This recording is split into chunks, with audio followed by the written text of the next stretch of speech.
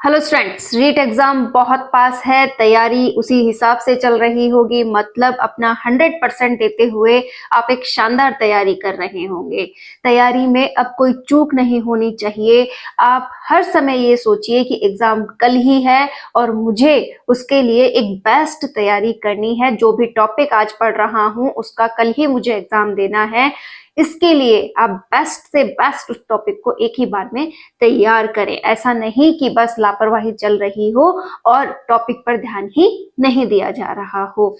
तो प्लीज अपना 100% समय अब तैयारी को दें, बिल्कुल भी लापरवाही ना करें। आपको आज मैं कुछ ऐसे मोस्ट ऑफ बिंदु बताने वाली हूं जिससे कि आपकी मदद हो सकती है एग्जाम से रिलेटेड पॉइंट्स को सॉल्व करने में। और जो अभी आपकी सबसे बड़ी प्रॉब्लम चल रही है वो है टेस्ट सीरीज से रिलेटेड। आप में से बहुत से स्टूडेंट एक कमेंट कर रहे हैं कि मैम हम टेस्ट दे रहे हैं, हमारी टेस्ट सीरीज ज्वाइन की हुई है, हम जब टेस्ट देते हैं तो वहां पर हमें अच्छे मार्क्स नहीं आ रहे हैं। मतलब हमने सिलेबस भी अच्छा कर लिया है, टॉपिक भी क्लियर है, फिर भी हम अच्छे मार्क्स वहां नहीं ला पा रहे हैं। इसके लिए मैं केवल आपको एक पॉइंट बता दूं कि जो भी टेस्ट सीरीज डिजाइन की जाती है, टेस्ट सीरीज में कई क्वेश्चंस ऐसे डाले जाते हैं जो कि बहुत टिपिकल होते हैं या फिर उस लेवल के होते ही नहीं है जिसकी आप एग्जाम देने वाले हैं। आप रीट की तैयारी कर रहे हैं, ठीक है। रीट में आपको जो बीएसटीसी वाले हैं वो भी देखने को मिलेंगे, बीएड वाले भी देखने को मिलेंगे। कई बार ऐसा होता है कि टेस्ट सीरीज को टिपिकल बनाने के लिए लेवल को बढ़ा के क्वेश्चन दे दिए जाते हैं और आप जब अपने टॉपिक को अपने स्टैंडर्ड के अकॉर्डिंग पढ़ते हैं तो आप उससे बहुत कम वहां पर आंक पाते हैं और कई क्वेश्चन आपको आते नहीं है। ये आपके आत्मविश्वास में कमी करता है, आपको फील करवाता है कि आपको कुछ नहीं आता, आपने इस टॉपिक को अभी तक ध्यान से नहीं पढ़ा है।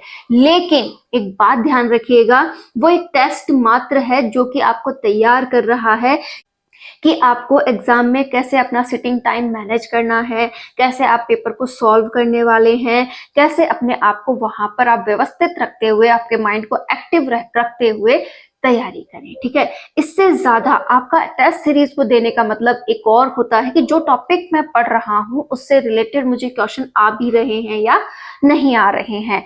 अगर आपके 15 से 16 क्वेश्चन उस टेस्ट सीरीज के गलत हो रहे हैं, ठीक है, तो आप ये मत मानिए कि आपको कुछ भी नहीं आता है। आप हर दिन ये सोचिए कि और मैं इम्प्रूव करूंगा, जो स्टैंडर्ड है उसे पकड़ने की कोशिश करूंगा और जो क्वेश्चन नहीं आ रहे हैं उसे उसी समय आप नोट डाउन, मतलब उसका जो जवाब है उससे रिलेटेड जो बात है वो वहीं पर आप समझ के नोट डाउन करके अपने लिए वापस से तैयार करते हुए उसे मनन कर सकते हैं। लेकिन बिल्कुल भी ये मत सोचिए कि वहां तो मेरे 73 ही क्वेश्चन सही हो रहे हैं या फिर मेरे तो 60% वहां बन ही नहीं रहे हैं, तो कैसे मैं एग्जाम में बना पाऊंगा।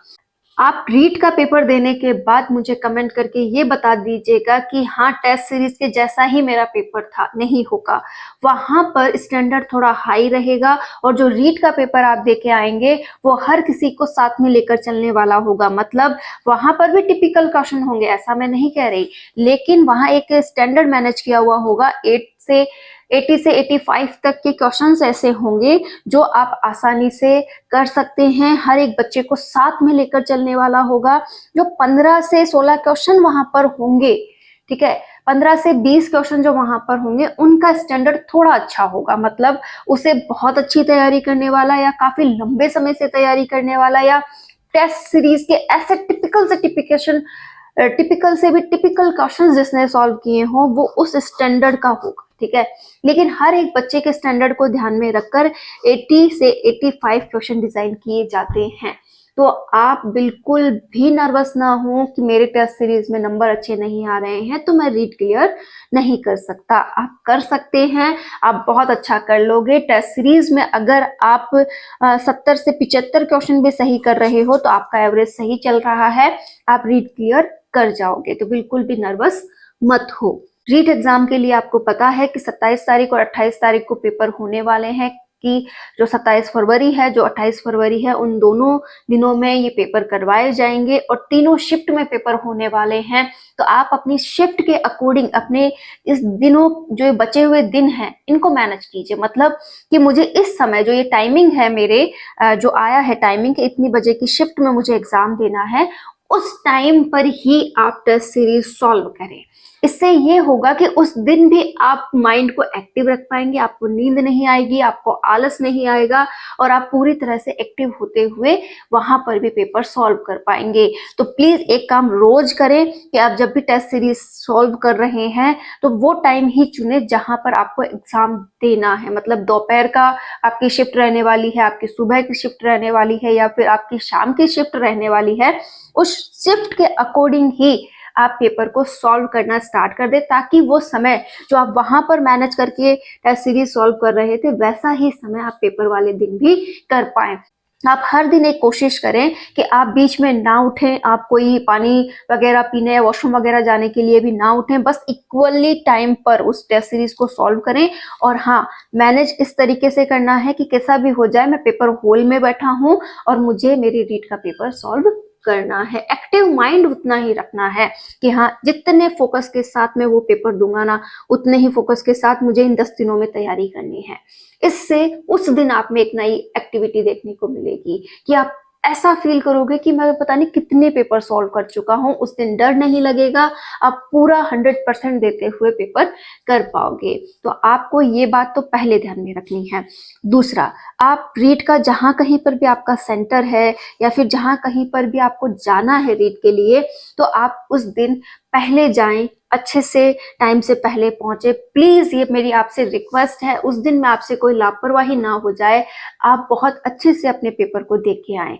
क्योंकि कई बच्चे जब मुझे वहां भागते हुए दिखाई देते हैं तो मुझे बहुत बुरा लगता है। मेरे सामने भी ऐसी कई घटनाएं हो चुकी हैं, बच्चे आते हैं, रोते हैं, बिलखते हैं कि हमें अंदर जाने दो, लेकिन वहां ऐसी सुविधा आपको देखने को नहीं मिलेगी क्योंकि रूल्स हैं, रूल्स तोड़े नहीं जाते हैं। तो प्लीज उस दिन टाइम पे जरूर पहुंचिएगा। जो भी टाइम आपका एडमिट कार्ड में है उससे पहले ही पहुंचना है।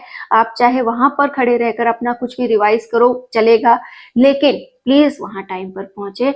और मेरा मानना है कि एग्जाम जिस दिन हो उससे पहले ही, पहली रात को ही आपको पढ़ाई बंद कर देनी चाहिए और अपने इस माइंड को थोड़ा सोचने का वक्त देना चाहिए, ताकि ये पूरी तरह से उस पेपर के लिए तैयार हो सके। आप एंड टाइम तक जब पढ़ते रहते हो तो माइंड तो उसी में लगा रहेगा ना। तो जो भी ये बड़ा एग्जाम है, एक दिन की पढ़ाई इसमें नहीं चलती, ये महीनों का संघर्ष है, सालों का संघर्ष है। तो प्लीज उस दिन रात को ही आप अपनी पढ़ाई बंद कर दें और सुबह से अपने माइंड को फ्रेश रखें, अपने आराध्य को याद करें और बिल्कुल फ्रेश माइंड से अपने आप को तैयार करें एक एग्जाम देने के लिए।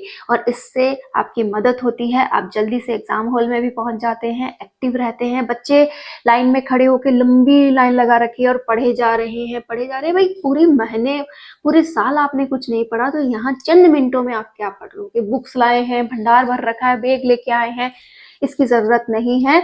आप इजीली दूर से जा रहे हैं तो अपना बैग जरूर ले जाएं, कोई मनाही नहीं है, लेकिन उसमें अपनी जरूरत की चीजें ले जाएं। मुझे नहीं लगता कि आपको वहां पर भी अपने साथ बुक्स वगैरह ले जानी चाहिए। लेकिन कई बार ऐसा हो जाए कि चलो आप सुबह ही पहुंच गए और शाम तक एग्जाम है, तो आप थोड़ा बहुत अपने साथ कुछ पढ़ने का ले जाएं। लेकिन इसका भी अर्थ नहीं कि 2-4 बुक्स ही डालनी, इतना तो आप नहीं पढ़ पाओगे ना। तो हर एक बात को आपको ध्यान में रखना है। हर एक स्टूडेंट को मैं एक और बात कहना चाहूंगी कि पहला पॉइंट है, आप नर्वस ना हो। ठीक है, आप कर सकते हैं, आप बहुत अच्छा कर सकते हैं और आप कर लोगे, लेकिन अपनी खुद की काबिलियत पर विश्वास करते हुए।